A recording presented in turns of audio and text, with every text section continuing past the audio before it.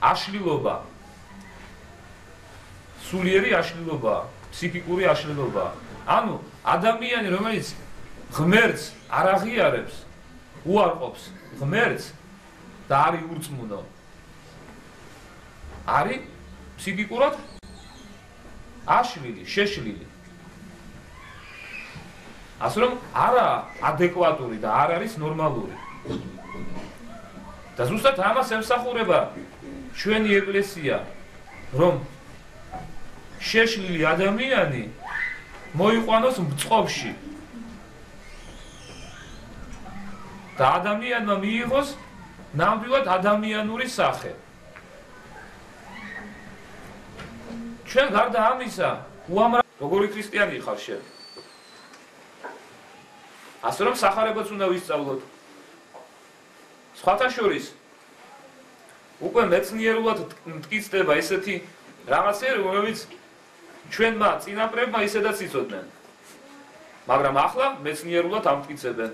აი დავუშვათ, ეკლესიის ზარი კლავს ბაქტერიებს. არის მეცნიერულად დამტკიცებული. და არ იცოდნენ ჩვენი წინაპრები, რომ არა მარტო ფიზიკურ ბაქტერიებს კლავდა ესე იგი ზარის ხმა, არამედ სულიერ დემონებსაც ესე იგი უკუაქცევდა, განდევნიდა. ახლა თურმე მეცნიერულად ამტკიცებენ, რომ ლოცვის თქმა არის ორგანიზმისთვის სასარგებლო. ცდებს ატარებენ.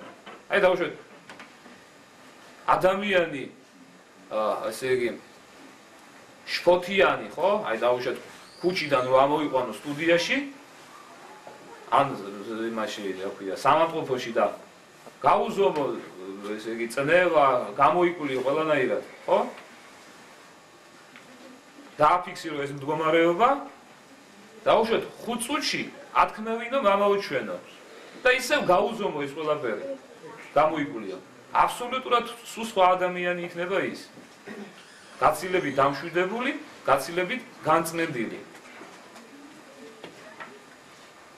ასე რომ ლოცვების წარმოთქვას არა მარტო სულიერი ესე იგი ასპექტი გააჩნია, არამედ ფიზიკურიც კი. იმიტომ რომ ადამიანი არ განიხილება ცალ-ცალკე სული და ხორცი. ადამიანი არის შეერთება სულისა და ხორცისა. სადაც სული არის უკვდავი და უხრწნელი სუბსტანცია, ხოლო ხორცი არის ხრწნადი და მომოკვდავი. მაგრამ მათი ერთობა აღსდგება აუცილებლად უფლის მეორედ მოსვლის ჟამს. უამრავ სიბრძნეს ინახავს ჩვენი დედა ეკლესია. აი თუნდაც სახარების წაკითხვა.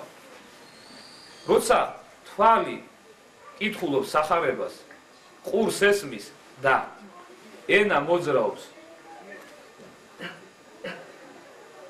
დღეს, ხვალ, ზეგ, მაზე იწმიდება ადამიანი. იმიტომ რომ ეს ლოგოსი, ანუ აი ეს წინადადებები, რომელიც წერია სახარებაში, უნიკალურად და ესე იგი არიან დალაგებულნი. დალაგებულად წერია. და ეს დალაგება, ეს წყობა ამშვიდებს ადამიანის ესე იგი ნერვიულ სისტემას. სულზე აღარ ამაქვს ლაპარაკი. ასე რომ აუცილებლად უნდა ვიკითხოთ